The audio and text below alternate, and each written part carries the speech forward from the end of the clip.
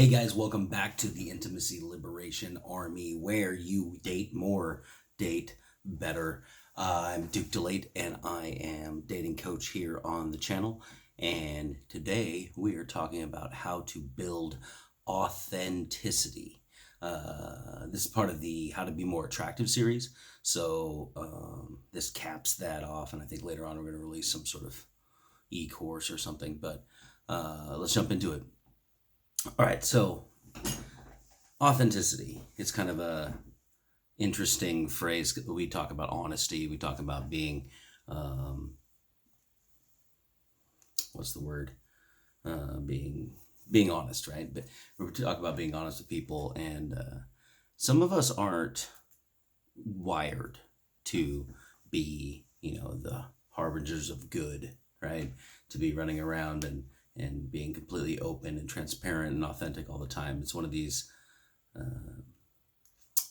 things that it's like a fantasy for some people. Some people who are wired, they have particular personality types, they care greatly about their own self-concept and about how they're perceived in the world, and so they're honest to a fault, right? But other personality types are more driven by how well the vibe of the group is going, or they're more introspective about the other people in the environment, and they choose their honesty for different reasons. And when I'm talking about authenticity, I'm not necessarily talking about truth or honesty or moral rightness at all. I'm usually talking about something about congruence. And when we're talking about congruence, my old coach Jeff, he used to say congruence is when your thoughts, words, and actions align, right? It's when there's no holes in how you're coming across, whether your body language is a little off, or your micro expressions are off, or your words they don't match your energy level, or whatever it is.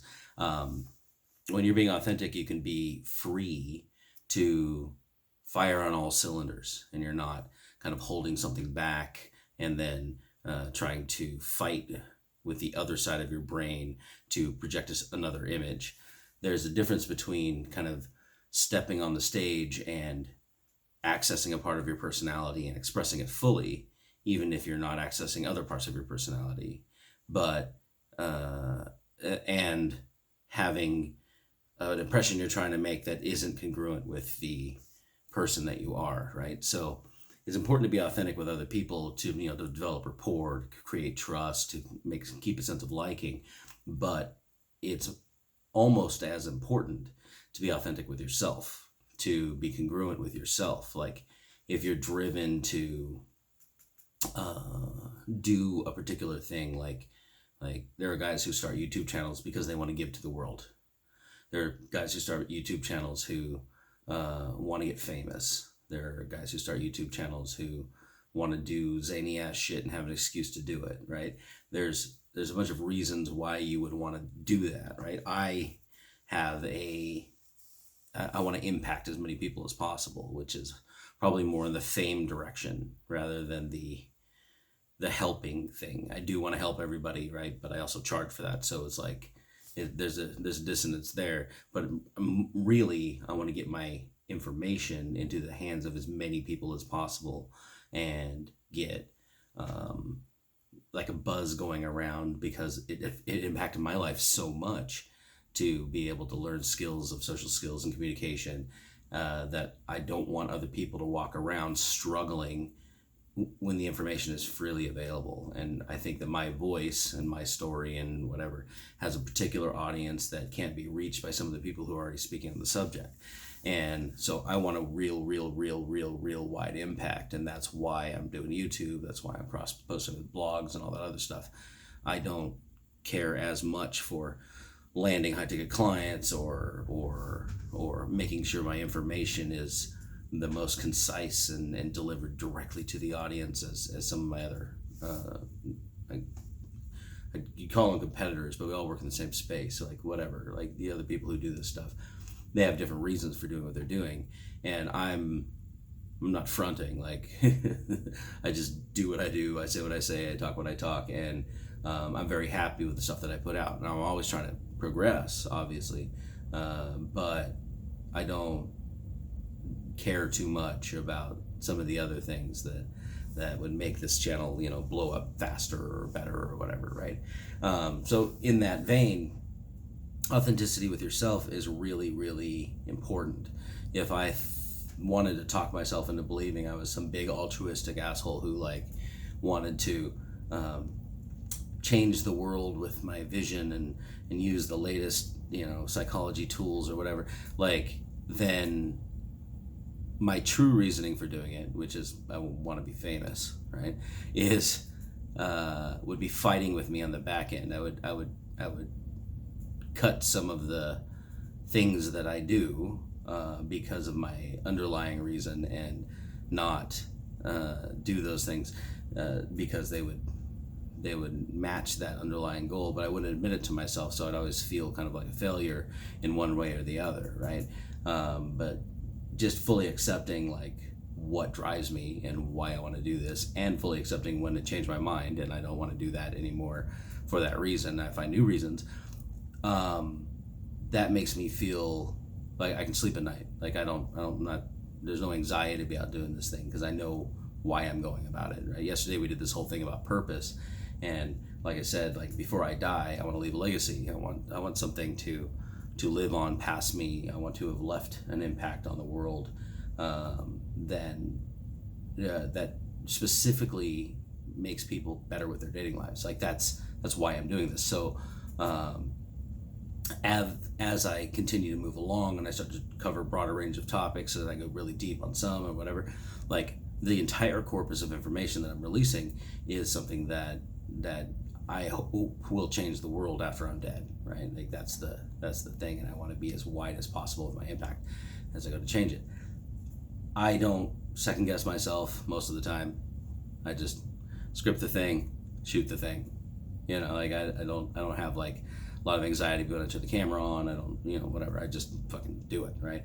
Because I don't have inner things inside myself warring against each other. I'm authentic with myself. I'm I want to get big. I want to get famous. I also want to fucking leave an impact. There it is. So like I said, it's important to be super authentic with yourself as well as other people. You're going to be much more attractive to other people when you're not transparent, but when they kind of know what they can expect from you with a little bit of surprise.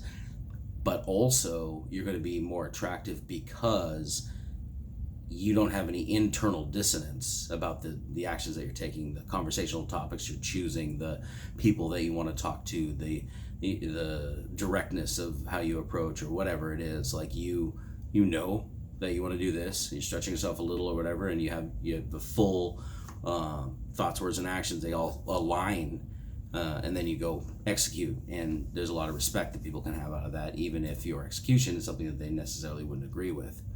So first off, in order to become more authentic, you should really know yourself well. Know thyself, right? It's the first step in being genuine with people. So many of us have walked through the world, myself included, trying on personalities of other people, whether they're our models from growing up, or whether our celebrities, or you look up on how to be charismatic, right? And then there's all these people. It's this is how Robert Downey Jr. acts, and this is how what's his name, the guy who played Hansel. It's how he acts, and here's how Matthew McConaughey acts, and whatever. And then you can kind of take those elements, and then you put on a wolf in sheep's clothing. You go out and you act, and you see how it works.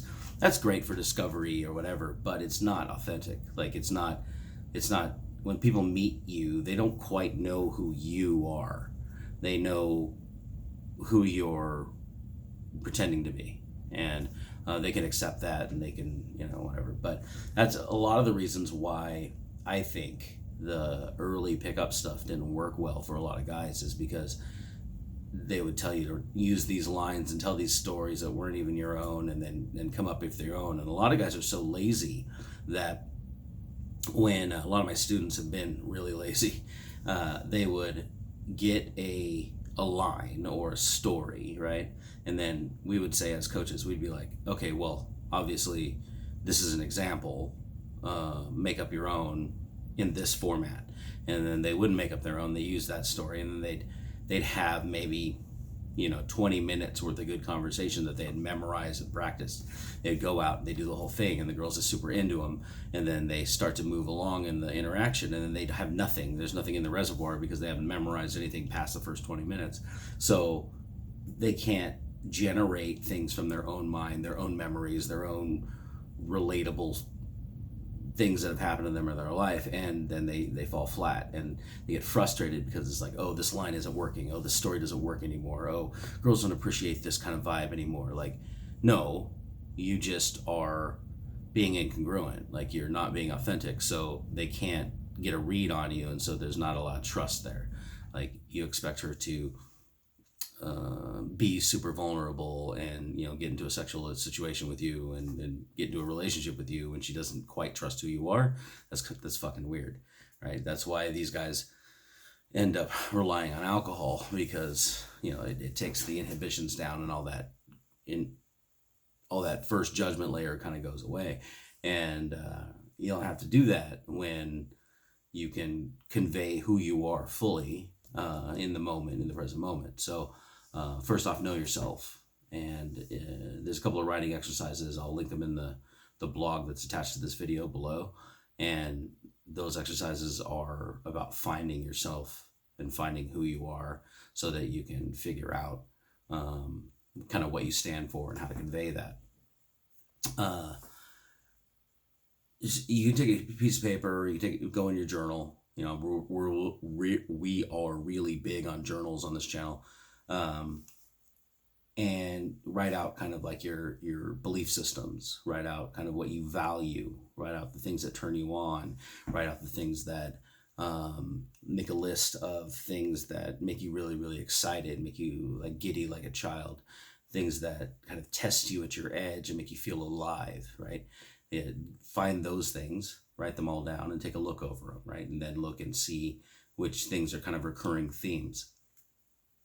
There's so many things that we'd like to pretend to be, like rich or have a lot of girls or whatever, and we don't feel like we're good enough until we get there. And this concept that came from I was reading Trip Renier's book, Trip Advice on YouTube. Check him out.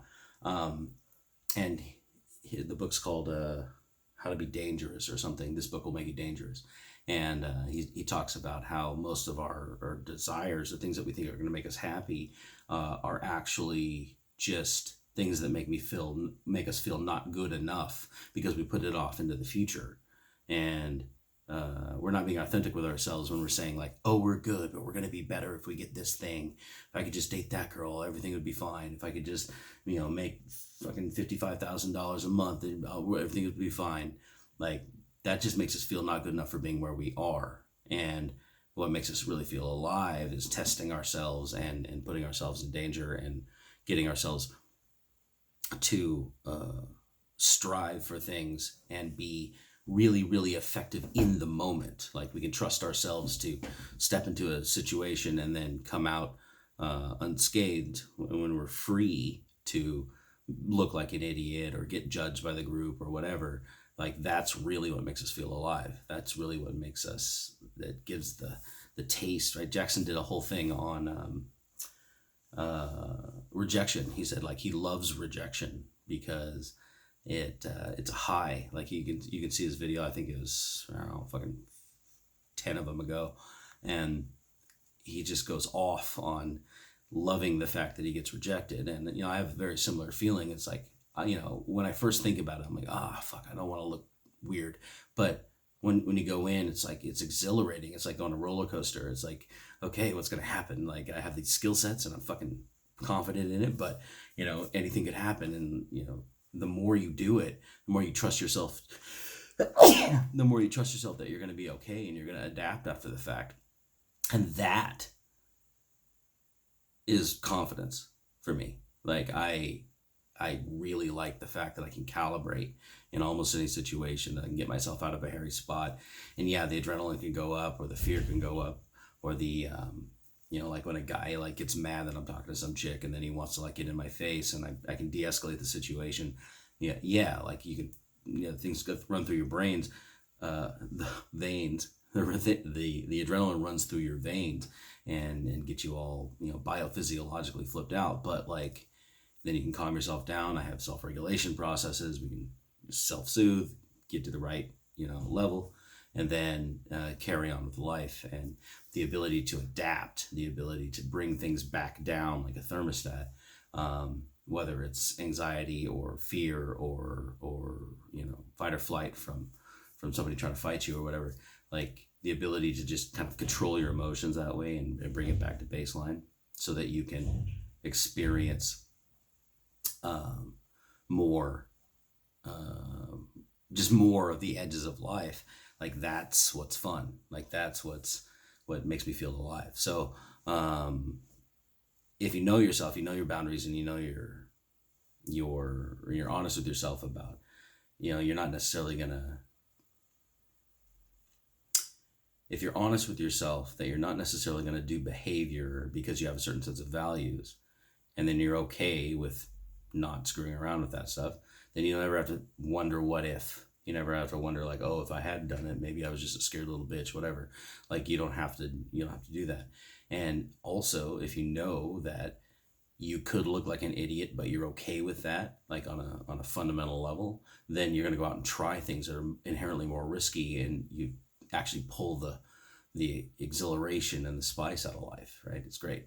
So know yourself. That's really the thing. Like you have to figure out who you are so that you can adequately navigate the world with the tools that you have.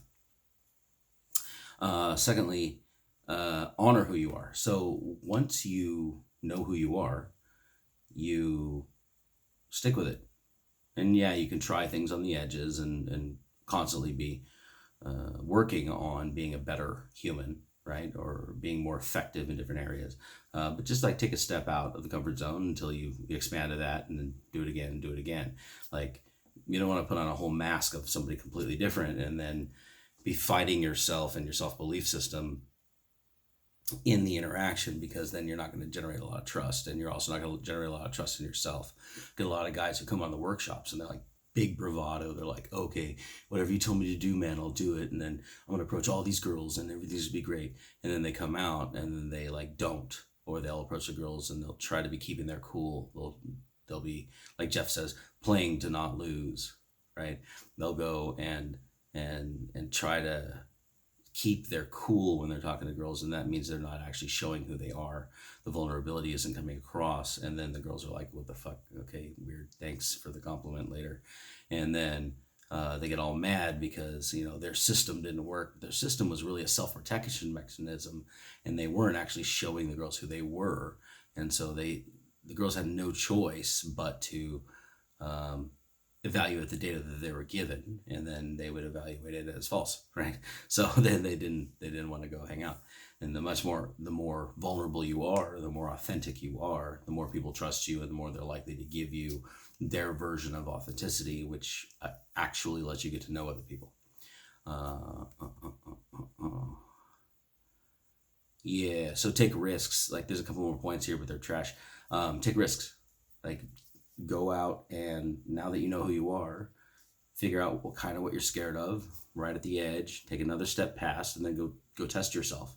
And you'll start to feel alive. You'll start to get that like exhilarating spice of life thing. And you're like, oh, this is what it's about. And then as you calm yourself down, then you realize that you have your own emotional control, and then you can continue to step into the space and slowly step out of the space where you're uncomfortable.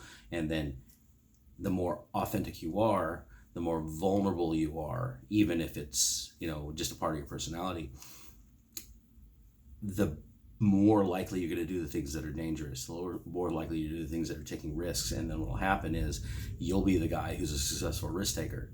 And that's hella attractive to everybody. So, because everybody's like, I wish I could do that. And you start giving people permission to like live their dreams too. And then they all like you for that because you make them feel empowered. So yeah, those are the 3 points. It is know yourself, honor who you are after that, and then take risks. And yeah, so that's the thing on the authenticity. Hit the worksheet in the blog in the link below so that you can do some writing exercises and figure out who you are.